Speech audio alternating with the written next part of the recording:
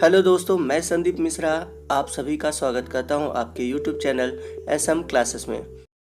जैसा कि दोस्तों फर्स्ट पार्ट से मैंने क्लास 12th रसायन विज्ञान के पहले लेसन ठोस अवस्था को स्टार्ट किया है, जिसमें कि फर्स्ट पार्ट में हम लोगों ने जाना कि ठोस अवस्थाएं दो प्रकार की होती हैं। पहला होता है क्रिस्टली और दूसरा होता है अक्रिस्टली ठोस।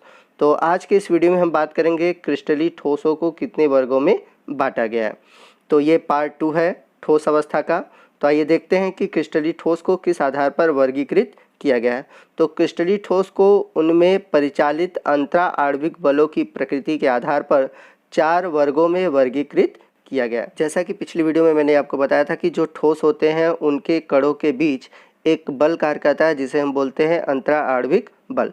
उन बलों की प्रकृति के आधार पर क्रिस्टली ठोसों को 4 वर्गों में बांटा गया है। तो आइए देखते हैं वो 4 प्रकार कौन कौन से हैं। तो सबसे पहला है आणविक ठोस, दूसरा है आयनिक ठोस, तीसरा है धात्विक ठोस और चौथा है अधात्विक ठोस। तो आइए वन बाय वन हम सभी प्रकार के क्रिस्टली ठोसों के बारे में जानेंगे। तो सबसे पहले हम बात करते हैं आणविक ठोसों के बारे में। आणविक ठोस होते क्या हैं?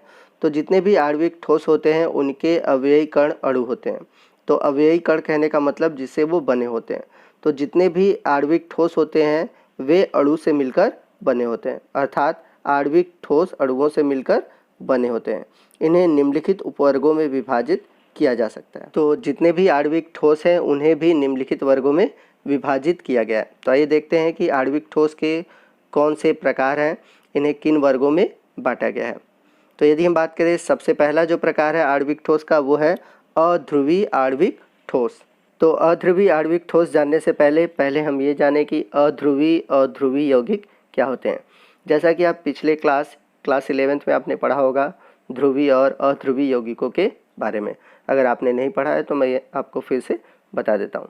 तो जैसा कि आप सभी जानते हैं कि जो चुंबक होता है उसमें नॉर्थ और साउथ होते हैं, दो अपोजिट पोल होते हैं, ठीक है।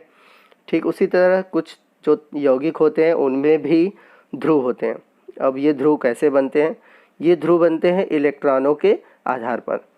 तो हम सभी जानते हैं इलेक्ट्रॉन ऋणावेशित होते हैं और जब इलेक्ट्रॉन किसी तत्व से दूसरे तत्व में जाते हैं तो वो इलेक्ट्रॉन को लेकर ऋणावेशित हो जाता है।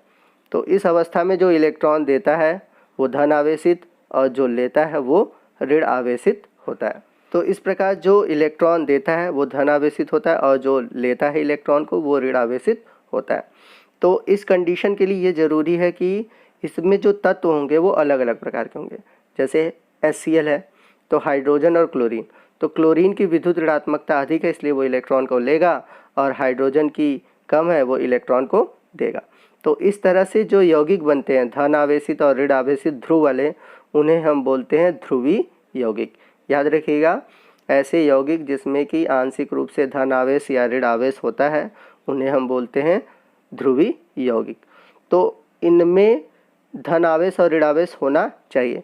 और एक चीज़, ये अलग नहीं होते, वे आपस में जुड़े ही रहते हैं। भले इन पे जो धन आवेश होता है या ऋण आवेश होता है वो आंशिक रूप से होता है, पूरी तरह से नहीं होता है। इस बात को याद रखिएगा, कैसा होता है? आंशिक रूप से।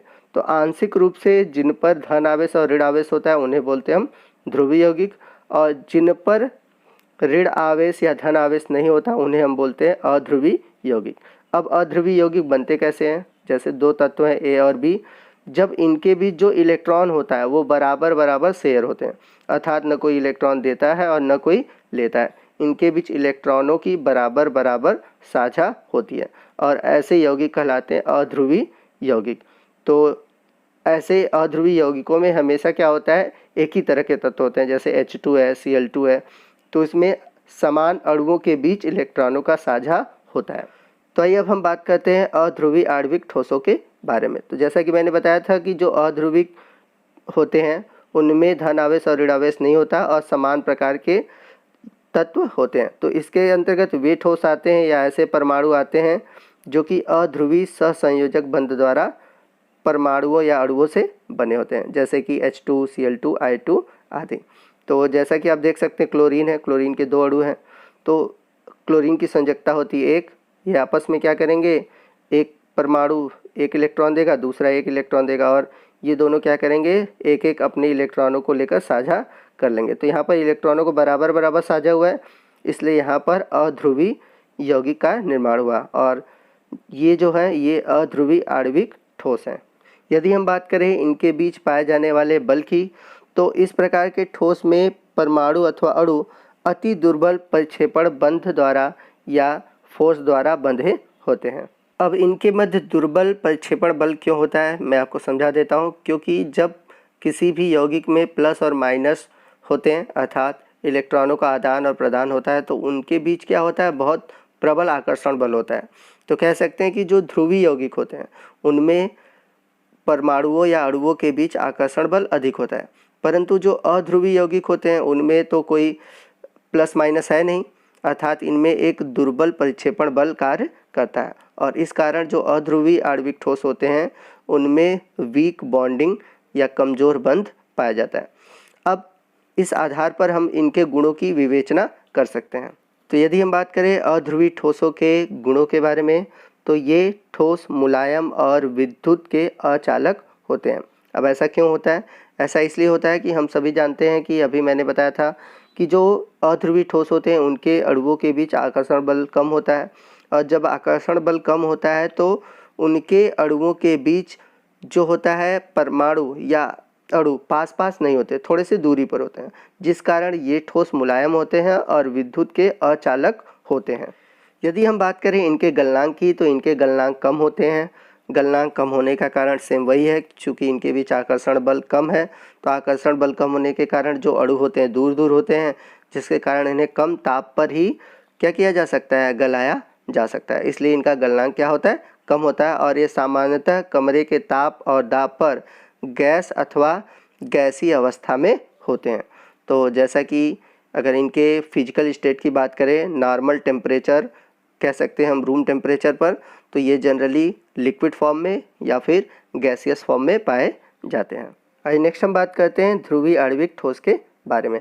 जैसा कि मैंने आपको पीछे बताया था कि जैसे चुंबक होते हैं, चुंबक पर दो ध्रुव होते हैं, नॉर्थ और साउथ, तो उसी प्रकार जो यौगिक होते हैं, कुछ ऐसे यौगिक होते हैं जिनमें कि इलेक्ट्रॉनों के वितरण के आधार पर प्लस और माइनस होता है। मतलब एक तत्व पर प्लस होगा तो दूसरा पर माइनस होगा, प्लस जो इलेक्ट्रॉन देगा, माइनस जो इलेक्ट्रॉन लेगा।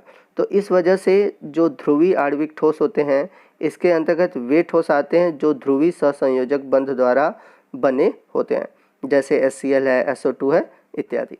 तो इसे एग्जाम्पल के थ्रू समझते हैं। जैसे कि हम सभी जानते हैं HCl है, तो HCl जो बना है हाइड्रोजन और क्लोरीन से बना है। हाइड्रोजन फर्स्ट ग्रुप का है और क्लोरीन सातवें ग्रुप का है। तो जो क्लोरीन सातवें ग्रुप का है इसकी विद्युत ऋणात्मकता सबसे अधिक होती है, जबकि हाइड्रोजन की विद्युत ऋणात्मकता सबसे कम होती है, जिसके कारण क्लोरीन क्या करता है, हाइड्रोजन के इलेक्ट्रॉन को अपनी ओर आकर्षित कर लेता है और इलेक्ट्रॉन को अपनी ओर आकर्षित करने के कारण क्लोरीन पर आंशिक रूप से ऋणावेश होता है, जबकि हाइड्रोजन इलेक्ट्रॉन का त्याग करता है, या एक तरह से हम कह सकते हैं इलेक्ट्रॉन को क्लोरीन की तरफ देता है, जिसके कारण हाइड्रोजन पर आंशिक रूप से क्या हो जाता है, धन आवेश हो जाता है। जैसा कि चुंबक में नॉर्थ और साउथ होते हैं, उसी तरह ध्रुवीय यौगिकों में प्लस और माइनस होता है। तो जितने भी ध्रुवीय आणविक ठोस होते हैं इसके अंतर्गत वे यौगिक आते हैं जिनमें कि ध्रुवीय बंध पाया जाता है, जैसा मैंने एग्जाम्पल में बताया है, HCl है, SO2 है इत्यादि हैं। यदि बात करें हम इनके गुणों की, तो ये ऐसे ठोस होते हैं जो कि अपेक्षाकृत प्रबल द्विध्रुवी या ध्रुवीय अन्योन्य क्रियाओं से एक दूसरे से बंधे होते हैं और इनके गलनांक अध्रुवीय आणविक ठोसों की अपेक्षा अधिक होती है। तो क्यों होती है? क्योंकि इनमें जो बॉन्डिंग होती है वो प्रबल होती है। जैसा कि मैंने बताया था कि जब भी इलेक्ट्रॉन का आदान प्रदान होता है, अर्थात जब प्लस और माइनस होते हैं, उस केस में क्या होता है कि उनके बीच आकर्षण बल बढ़ जाता है और आकर्षण बल बढ़ने का कारण होता है कि ऐसे ठोस प्रबल होते हैं। यदि इन्हें हम अध्रुवीय ठोसों से कंपेयर करें तो जो ध्रुवीय ठोस होते हैं वे प्रबल होते हैं, क्योंकि मैंने बताया था कि जब भी धन आवेश या ऋण आवेश होता है तो उन अणुओं के बीच क्या होता है, आकर्षण बल बढ़ जाता है और आकर्षण बल बढ़ने के कारण उनके जो अणु होते हैं वो पास पास होते हैं और ऐसे जो ठोस होते हैं वे प्रबल होते हैं। और यही बात करें अगर हम इनके गलनांक की, तो इनके गलनांक भी अधिक होंगे। क्यों होंगे? क्योंकि जब इनके अणु पास पास होंगे तो इनको दूर करने के लिए या इनके बीच के बॉन्डिंग को तोड़ने के लिए हमें अत्यधिक ताप की ज़रूरत होगी और अत्यधिक ताप की ज़रूरत का मतलब हुआ कि सिंपल सी इनकी गलनांक अधिक होगी। यदि बात करें हम इनके सामान्य ताप पर अर्थात नॉर्मल रूम टेम्परेचर पर अगर देखें तो यह भी आपके द्रव या गैस रूप में होते हैं। अब आपके दिमाग में आ रहा होगा कि जब इनके बीच आकर्षण बल अधिक है तब भी ये द्रव या गैस के रूप में क्यों है? क्योंकि रीज़न इसका है कि इनका जो बॉन्डिंग है अध्रुवी से बस थोड़ा ही अधिक है, ठीक है। इस वजह से इनमें भी द्रव या गैस अवस्थाएं पाई जाती हैं। आइए नेक्स्ट हम बात करते हैं आणविक ठोस के अगले प्रकार की, जो है हाइड्रोजन आबंधित आणविक ठोस। तो हाइड्रोजन आबंधी आणविक ठोस जानने से पहले हम जानते हैं कि हाइड्रोजन बंध होता क्या है, क्योंकि इसमें आप हाइड्रोजन आबंधी पढ़ रहे हैं। तो हाइड्रोजन आबंधी होता क्या है? तो जब हाइड्रोजन परमाणु अपने से प्रबल ऋण विद्युतीय तत्व, जैसे हम कह सकते हैं फ्लोरीन, ऑक्सीजन, नाइट्रोजन, इनके साथ एक वीक बॉन्ड, एक कमज़ोर बंध बनाता है। फिर से सुन लीजिएगा, जब हाइड्रोजन अपने से प्रबल ऋण विद्युतीय तत्व अर्थात फ्लोरीन, ऑक्सीजन, नाइट्रोजन इत्यादि के साथ एक वीक बॉन्ड बनाता है, उसे हम बोलते हैं हाइड्रोजन बंध। तो यदि हम बात करें हाइड्रोजन आबंधी आणविक ठोस की, तो ये ऐसे ठोस जिनके अणुओं में हाइड्रोजन और फ्लोरीन या ऑक्सीजन या नाइट्रोजन परमाणुओं के मध्य ध्रुवीय सहसंयोजक बंध होता है, ऐसे ठोस को हम बोलते हैं आणविक हाइड्रोजन ठोस। तो आप एक इम्पॉर्टेंट चीज़ नोट कर लीजिए कि इस प्रकार के जो आणविक ठोस होंगे उनमें हाइड्रोजन बंध पाया जाएगा, और ये जो प्रबल हाइड्रोजन आबंध है ऐसे ठोसों के अणुओं को बंधित करते हैं। जैसा मैंने बताया कि इस प्रकार के जो ठोस होते हैं उनमें हाइड्रोजन बॉन्डिंग पाई जाती है, और हाइड्रोजन बॉन्डिंग मैंने आपको बताया कि हाइड्रोजन जब अपने से प्रबल ऋण विद्युतीय तत्वों के साथ जुड़ता है तो उसे हम बोलते हैं हाइड्रोजन बंध। यदि हम बात करें एग्जाम्पल की, तो जैसे H2O बर्फ अवस्था में जब पाया जाता है तो वो हाइड्रोजन आबंधी ठोस कहलाता है। तो आइए आपको मैं जल के उदाहरण में समझाता हूँ कि कैसे हाइड्रोजन बंध बनते हैं। तो जैसा कि आप लोगों ने क्लास 11th में पढ़ा होगा कि जो जल के अणु होते हैं, जल के अणुओं में हाइड्रोजन और ऑक्सीजन होते हैं, तो जो एक अणु जल का है वो दूसरे अणु जल के ऑक्सीजन और हाइड्रोजन के बीच एक वीक बॉन्डिंग बन जाती है। याद रखिएगा, हाइड्रोजन और ऑक्सीजन के बीच, और ये जो बॉन्डिंग होती है उसे हम बोलते हैं हाइड्रोजन बंध।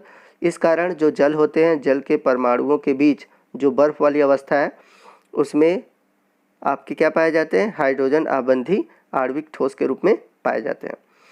अगर बात करें इनके गुणों की, तो ये विद्युत के अचालक होते हैं और सामान्यतः कमरे के ताप और दाब पर वाष्पशील द्रव अथवा मुलायम ठोस के रूप में होते हैं। तो अगर ये बात करें अगर इनके अवस्था की, तो जनरली अगर ये रूम टेम्परेचर पे पाए जाएंगे तो वाष्पशील द्रव के रूप में होंगे या फिर मुलायम ठोस के रूप में पाए जाते हैं। तो इस प्रकार हम लोगों ने आणविक ठोस के ये प्रकार पढ़े। तो आइए देखते हैं कि आणविक ठोस के हम लोगों ने कितने प्रकार पढ़े। तो आणविक ठोस में हम लोगों ने सबसे पहला पढ़ा है अध्रुवीय आणविक ठोस। अध्रुवीय आणविक ठोस वे थे जिनमें कि एक दुर्बल परिक्षेपण बल पाया जाता है और जिसके कारण ये रूम टेम्परेचर पर क्या थे? द्रव और गैस के रूप में पाए जाते थे। दूसरा था ध्रुवीय आणविक ठोस, जिसमें कि ध्रुवीय यौगिक पाए जाते हैं और इनमें द्विध्रुव या अन्योन क्रियाओं से बंधे होते हैं। वहीं तीसरा था हाइड्रोजन आबंधित आणविक ठोस, जिसमें कि हाइड्रोजन बंध पाया जाता है। तो ये थे आणविक ठोस के प्रकार। आइए हम क्रिस्टलीय ठोस के अगले प्रकार की बात करते हैं, जो कि है आयनिक ठोस। तो यदि हम क्रिस्टलीय ठोस के अगले प्रकार आयनिक ठोस की बात करें, तो आयनिक ठोस के अवयवी कण आयन होते हैं, अर्थात ये धन आयन और ऋण आयन से बने होते हैं। ऐसे ठोसों का निर्माण धन आयन और ऋण आयन के त्रिविम विन्यासों के प्रबल स्थिर वैद्युत बलों के बंधने से होता है। तो जैसा कि नाम से ही है आयनिक ठोस, तो आयनिक ठोस वे ठोस होते हैं जिनमें कि जो अवयवी कण अर्थात इसके जो मूल कण होते हैं वे धन आयन और ऋण आयन होते हैं, और ये जितने भी धन आयन और ऋण आयन होते हैं वो आपस में एक प्रबल विद्युत बल अर्थात इलेक्ट्रोमोटिव फोर्स के थ्रू जुड़े होते हैं। और इनकी जो संरचना होती है त्रिविम होती है। त्रिविम संरचना आप इस प्रकार से देख सकते हैं कि कुछ इस प्रकार की त्रिविम, जिसे हम 3D स्ट्रक्चर कहते हैं। तो त्रिविम विन्यास को हम 3D स्ट्रक्चर भी कहते हैं। तो 3D स्ट्रक्चर आप लोगों ने देखा होगा, जैसे इस प्रकार ये स्ट्रक्चर जो बन रहा है ये एक 3D स्ट्रक्चर है। तो इस प्रकार की संरचना आयनिक ठोस में पाई जाती है। यदि बात करें हम इनके गुणों की, तो ये ठोस कठोर और भंगुर प्रकृति के होते हैं। कठोर इसलिए होते हैं या भंगुर इसलिए होते हैं क्योंकि इनमें जो प्लस माइनस आयन होते हैं बहुत पास पास होते हैं, चूँकि इनके बीच जो होता है प्रबल वैद्युत बल पाया जाता है, जिसके कारण ये बहुत कठोर होते हैं और भंगुर प्रवृत्ति के होते हैं। इनके गलनांक और क्वथनांक उच्च होते हैं। जाहिर सी बात है, इनके कणों के बीच जब आकर्षण बल अधिक होगा तो इनको गलाने के लिए या फिर वाष्प के रूप में बदलने के लिए बहुत अधिक टेम्परेचर की ज़रूरत पड़ती है। इस कारण इनके जो गलनांक होते हैं और क्वथनांक होते हैं उच्च होते हैं। ये ठोस अवस्था में विद्युत रोधी तथा गलित अवस्था में विद्युत के चालक होते हैं। तो यदि हम बात करें, ये ठोस अवस्था में जनरली पाए जाते हैं, परंतु ये विद्युत रोधी होते हैं अर्थात विद्युत के कुचालक होते हैं। और ये जो गलित अवस्था में जब पाए जाते हैं तो ये विद्युत के चालक होते हैं। जैसा कि अगर अब हम बात करें, नमक ठोस अवस्था में आपका विद्युत का कुचालक होगा अर्थात विद्युत रोधी होगा, लेकिन अगर हम इसके जलीय विलयन बनाए, अगर नमक का जलीय विलयन बनाते हैं तो यह एक विद्युत का चालक होता है। आइए नेक्स्ट हम बात करते हैं क्रिस्टलीय ठोस के तीसरे प्रकार की, जो कि है धात्विक ठोस। यह धात्विक धन आयनों का व्यवस्थित समूह है जो कि चारों ओर से संगलित इलेक्ट्रॉनों से घिरा रहता है। ये इलेक्ट्रॉन गतिशील होते हैं और क्रिस्टल में सर्वत्र समान रूप से विस्तारित होते हैं। तो यदि हम बात करें धात्विक ठोस की, तो धात्विक ठोस में जो होते हैं धन आयन का एक व्यवस्थित समूह होता है और उसके चारों तरफ जो इलेक्ट्रॉन होते हैं वो पाए जाते हैं, अर्थात धन आवेश होगा और धन आवेश के चारों ओर क्या पाया जाएगा, इलेक्ट्रॉन पाया जाएगा। तो इस प्रकार से जो धात्विक ठोस होते हैं, धन आयनों का व्यवस्थित समूह होता है और उसके चारों तरफ इलेक्ट्रॉन व्यवस्थित क्रम में पाए जाते हैं। ये इलेक्ट्रॉन गतिशील होते हैं और क्रिस्टल में सर्वत्र समान रूप से विस्तारित रहते हैं। तो जैसा कि मैंने बताया था कि प्लस के चारों तरफ इलेक्ट्रॉन होंगे और ये जो इलेक्ट्रॉन होते हैं गतिशील होते हैं, अपने स्थान पर घूम सकते हैं। तो जैसा कि आप देख सकते हैं कि जो धन आयन है वो एक व्यवस्थित क्रम में है और इलेक्ट्रॉन उनके चारों तरफ मूव कर रहे हैं और इस प्रकार की अरेंजमेंट पाई जाती है आपके धात्विक ठोस में। इन मुक्त और गतिशील इलेक्ट्रॉनों के कारण धात्विक ठोस की विद्युत और ऊष्मीय चालकता काफ़ी उच्च होती है। तो ये जो गतिशील इलेक्ट्रॉन होते हैं, यही इलेक्ट्रॉन क्या होते हैं, मूव करते हैं और इन्हीं मूवमेंट के कारण जो धात्विक ठोस होते हैं वो विद्युत और ऊष्मा के चालक होते हैं। जैसा कि हम सभी जानते हैं कि जितने भी धातुएं होते हैं वो इलेक्ट्रॉन का त्याग करते हैं। तो धन आवेश तो अपना व्यवस्थित क्रम में रहते हैं, लेकिन जो इलेक्ट्रॉन होते हैं वो मूव करने की वजह से बाहर निकल पाते हैं। इस कारण जो जितने भी धातु होते हैं उनमें इलेक्ट्रॉन त्यागने की क्षमता होती है और ये विद्युत और ऊष्मा के उच्च चालक होते हैं। और कुछ स्थितियों में इनमें चमक और रंग भी होता है। जैसे एग्जाम्पल की बात करें, कॉपर है, सिल्वर है, गोल्ड है, आयरन है, एल्युमिनियम है, ये सभी धात्विक ठोस हैं। आइए नेक्स्ट हम बात करते हैं क्रिस्टलीय ठोस के अगले प्रकार की, जो कि है सहसंयोजक, जिसे हम नेटवर्क ठोस भी कहते हैं। तो बात करें अगर हम सहसंयोजक ठोस की, तो इसमें सहसंयोजक बंध पाया जाता है। जनरली जो कार्बनिक यौगिक होते हैं वे सहसंयोजक ठोस के एग्जाम्पल होते हैं, क्योंकि हम सभी जानते हैं कार्बन में सहसंयोजक बंध पाया जाता है।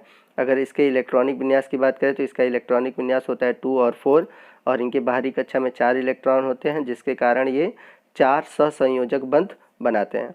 और इस सहसंयोजक बंध के कारण जो ठोस बनते हैं उन्हें हम बोलते हैं सहसंयोजक ठोस। तो आइए सहसंयोजक अथवा नेटवर्क ठोस के बारे में हम जानें, इनको परिभाषा के रूप में समझते हैं। तो इनमें जो अवयवी कण होते हैं वो परमाणु होते हैं जो प्रबल सहसंयोजक बंध द्वारा जुड़ते हैं। इन्हें विशाल अणु भी कहा जाता है। तो आप सिंपली सभी जितने प्रकार के ठोस हैं उनके नाम में उनके गुण छुपे होते हैं। तो जैसे सहसंयोजक ठोस की बात हो रहा है तो इनमें सहसंयोजक बंध पाया जा रहा है, तो इनके नामों में ही उनका आंसर छुपा होता है। इस बात को आप याद रखिएगा। यदि हम बात करें सहसंयोजक ठोस के गुणों की, तो जो सहसंयोजक बंध वाले जो ठोस होते हैं वे प्रबल होते हैं, प्रबल प्रकृति के होते हैं और इनके जो परमाणु होते हैं अपनी स्थितियों पर अति प्रबलता से बंधे होते हैं। मतलब कि इनके जो परमाणु होते हैं इधर उधर गति नहीं करते, वो अपने पोजीशन पर बने रहते हैं। जैसा कि हम लोगों ने धात्विक में देखा कि इलेक्ट्रॉन मूव करते हैं, बट इसमें ऐसा कुछ नहीं है। क्यों? क्योंकि इनमें जो बॉन्डिंग होती है बहुत ही स्ट्रांग होती है, इस कारण ये प्रबलता से बंधे होते हैं। ऐसे ठोस अत्यधिक कठोर और भंगुर होते हैं।